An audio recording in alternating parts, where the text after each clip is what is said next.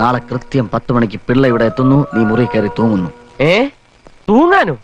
നീ ഞെട്ടാതെ.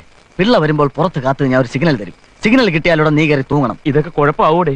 കുഴപ്പമാവാതിരിക്കാനായി പറയുന്നത്.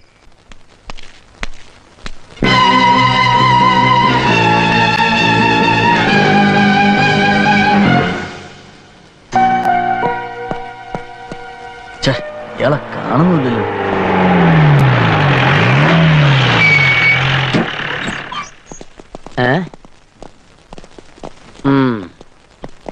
കമാൺ അർജുന,